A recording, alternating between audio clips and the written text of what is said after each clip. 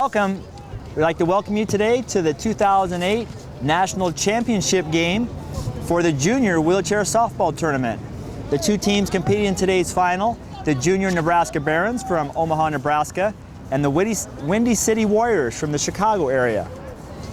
And action has already begun. It's a nice hit by Josh Mayer. He's pushing hard down first. Oh, an overthrow. What a good, he's off, he's going for two. There's going to be a play at second. Josh is pushing hard. Runner is safe. Oh, nice hustle. Great effort by Josh. He hit that ball hard and he has good speed, but that ball, when it bounced, went over the first baseman's head into the fence. And so with that speed, he's down to two. It's a good way to start the game for the Nebraska Baron Junior team. Not the way I'm sure Windy City wanted to start off, but you know, there's a lot of game to play. Well, I want to welcome Curtis Lease to this broadcast here. He's going to be helping me out. Up next, we have Logan Burke for the Nebraska Barons Junior. He hits it to the pitcher, who has a little bit of problem. That chair is sitting a little high. Pitcher gets it, throws it to first. Oh, and it comes loose. The runner is safe, and Josh scores! Oh, Nebraska Barons take a one-run lead. Could be a little nerves out there. Wow. Might be a little bit of nerves out there. Oh, that was, you know, that the pitcher is using a chair. It looks like maybe for basketball, it's a little bit higher. And that ball worked underneath his foot plate. Had a hard time finding it. I think a lot of these guys start off on the basketball team out of Chicago, and they're trying to get them in the game of softball as well. So. Well, and that's one of the initiatives of the Wheelchair Softball Organization this year, is to use junior basketball teams to grow the sport. And we have another hit here by Dylan Fishback. Dylan is pushing hard. Oh, a little misplay by the shortstop. And all runners are safe. And then the ball's going out to right. Oh, and they mishandle it. Oh, and the ball is still live. Runners are advancing. We may have another score. Are we going to get a play? Their outfielder's holding it. He could go all the way. Oh, and the runner holds at third. He could go all the way. We could have another play here. There's nobody at third. Oh, he turns back around. Though. No one's at third. Boy, that's a lot of excitement to start this game. Oh, Dylan, I know Coach Trent cannot be happy right now. A little nerves out there. Well, Dylan Fishback had a nice hit there, but then it started, the overthrows, and that can happen in this junior game. The kids sometimes should hold on to the ball when they throw it, and it was kind of being thrown around a little bit. I see that happen in the adult leagues too, so yeah. It's very common. Well, next up to bat here for the Nebraska Barons Junior team, we have Micah Dotzler. The Barons have 2 runs here in the top of this first inning. They are the visiting team. The Warriors have yet to bat. We do not have any outs, and we're in top of the first inning. I know they played a close game this morning with the Warriors, came ahead 2-0. Right now that score is reversed, and like I said, a lot of game to go still. Well, we want to thank the sponsors for the Junior Division of National Wheelchair Softball, CVS Pharmacy. Their All Kids Can Foundation has helped generously sponsor. Oh, we have a hit by Micah. That ball's down. Micah is pushing hard.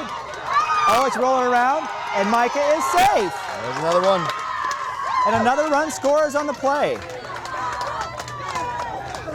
Well, that's quite a start for the Barons. 3 runs out of the first 3 batters, and the 4th batter's at first base. That's the way you'd like to draw it as a coach. Does not get any better than that. Again, the hits are just out there on the ground. They're not fly balls, so the fielders are having to field it, and they're having a little bit of problem early in the game here picking that ball up. The junior division, unlike the adult division, uses a 6-ounce, 14-inch ball. It's still a De Beers ball, but it's a little bit lighter and a little bit smaller, so the kids can get their hands around that ball and throw it and hit it a little bit better. Next batter here, Jeremy Meyer. Jeremy hits the ball in the same place, right behind the pitcher. They got to play it second. Can he pick it up? Oh, he cannot pick it up, but he controls it. Daniel's definitely having a little rough start out there. Maybe they should put a little X out there. There's been about 3 balls in that same spot. Might not be a bad time for the coaches to go out there and kind of calm them down. I think so. It's the Barons haven't hit the ball through the players at all, but they're just not quite getting them fielded very clean. The next batter for the Nebraska Junior Barons is Nate Barron. We have a 3-0 score here in the top of the first inning in this championship game between the Junior Barons and the Windy City Warriors. Runners at second and first with no outs. Nate Barron, the batter for the Barons. Coach pitch Dave Ruback throws the ball. Nate hits the ball, but it's a foul ball for strike 1. In this division, a selection can be made by the batter as to whether they're going to take a coach pitch or whether they hit it off the tee. But once they make that declaration, they have to use that for the rest of the game. So the players have that option to use a tee or to use coach pitch. Oh, there's a nice hit. There's a nice hit by Nate. Nate is pushing hard to first base.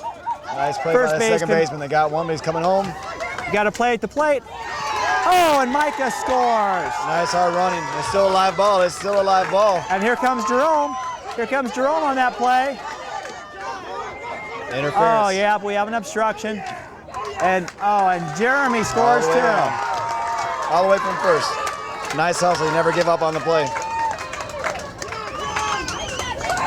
Well, there was a nice play out there by the Windy City Warriors. They fielded that ball and got the out at first, but then again, the runners kept moving to pressure the defense. The Barons scored 2 more runs to take a 5-0 lead here in the top of the first. I think that's a couple times now that, they look a little lost out there. They don't realize the ball's still in play, and the runners keep going, and the fielders aren't responding to it. Next batter is John Mayer. Once again, that ball's underneath the chair. John has some speed. Oh, nice play. Nice play by John. That ball squirreled underneath that chair again, and that's going to be a challenge for the kids that have these hired basketball chairs. I think they're going to make a switch here and put Nathaniel out on the left and bring in Kyle Gribble to play the pitcher position. Okay, this is Kyle going to pitch for us now. See if that can make a change. That's, like you said, several been right back to the middle. And the pitcher before, his name was? Nathaniel. Not sure of his last name. Then Nathaniel Rimza. Oh, we have another hit. This hits by KJ Russ, and that's through the hole. KJ is pushing hard. And just got him at first base. That was a nice hit by KJ. Much better this time. Eric Todd caught the ball at first and made sure the runner stayed at second, didn't allow him that extra base. That's a nice play by the defense. They're holding that runner out at second to get that out. Getting 2 outs here in the top of the first. The Barons are ahead here 5-0 top of the first inning of this championship game. We also want to thank Colors Wheelchairs for sponsoring X-Able's production of the National Wheelchair Softball Tournament Junior Division Championship game. Next batter here is Nate Smith. Nate prepares. Oh, foul ball. Foul ball for strike 1. Nice cut on it. Looks like Nate's also selected coach pitch here.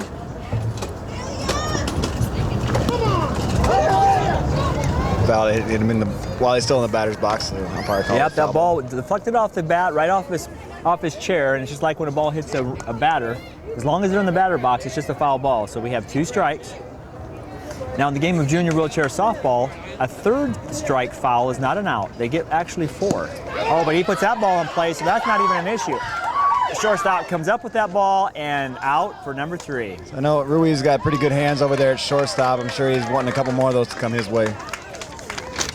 That was a nice play there by the shortstop. So at the end of the first half inning of play here, we have a 5-0 lead. Windy City Warriors are coming up to bat. So tell me, Curtis, are you involved with this Windy City team at all? Can you tell us a little bit about who they are and where they live? I've come with them in the basketball program, helped coach them a couple years, and work with Western DuPage Special Recreation, which is kind of a home sponsor for them. Like I said, Coach Trent has kind of developed a softball program pretty much out of his basketball team and getting a couple extra players here and there from the Chicago suburbs area and a couple from the city of Chicago.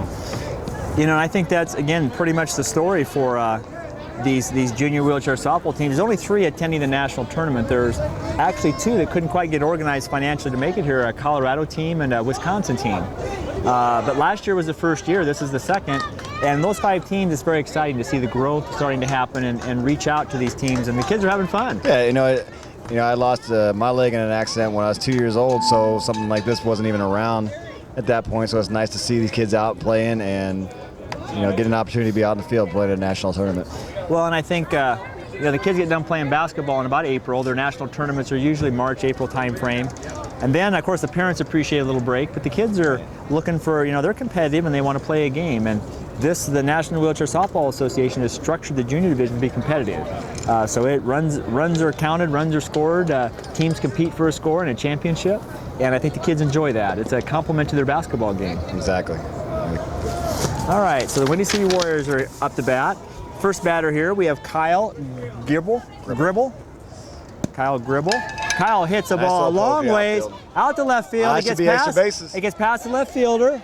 It's a nice cover by the rover out there, Dylan fish back. Dylan, nice number play. 20, yeah, covered up nice to hold that nice hit just to a single.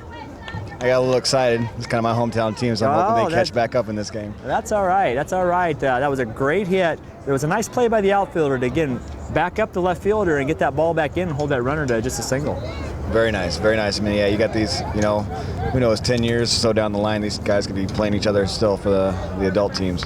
Well, and that's what we hope. We hope that the kids learn to love the game, get a chance to experience softball or baseball like their friends, and continue to play as they grow up and hopefully join the National Wheelchair Softball Association Adult Division. Exactly. I know this is Kyle's first year, so he's got a lot of promise in him. All right, next batter here for the Warriors, Matt Molenkamp. Matt's also selected coach pitch. I think there's a little bit of a pride thing with the use of a tee, and got another ball there. Kids want to show that they can hit that ball off the coach pitch, and yep, foul ball. I think you're exactly right. Get to that age, it's like, hey, I don't need a tee anymore. Yeah, there's a few. Here. Again, depending on the disability level, some of the kids still use that because it's the best way for them to hit the ball hard. And you know, it's a little bit of a sacrifice from a pride standpoint when they do that, but they do that for the team. You know, exactly. they want to hit the ball the hardest they can for the team, and they kind of disregard that pride thing to make sure that happens. So I got to admire that.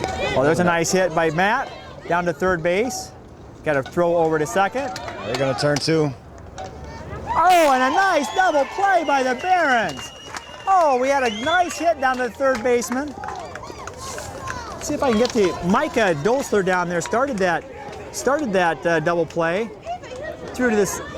No, that may not be Micah. I may have my players confused here a little bit, but boy, they turned that to second. Look like they've been practicing that. They've done a nice job. Very nice. Again, the level of disability for Matt there kind of slowed to first base, but the Nebraska team did a very good job in turning the ball and good throws. Well, that's 2 outs. Our hitter here is Jamar Hare. Jamar hits the ball sharp to shortstop. Ball's over to first base. 3 up and 3 down. Well, the Barons have to like that first inning. They score 5 runs on 5 hits, and we'll say no errors. In the bottom of the first, no runs, no hits, and no errors for the Warriors. We'll be back in a moment. We're broadcasting this game via xable.com.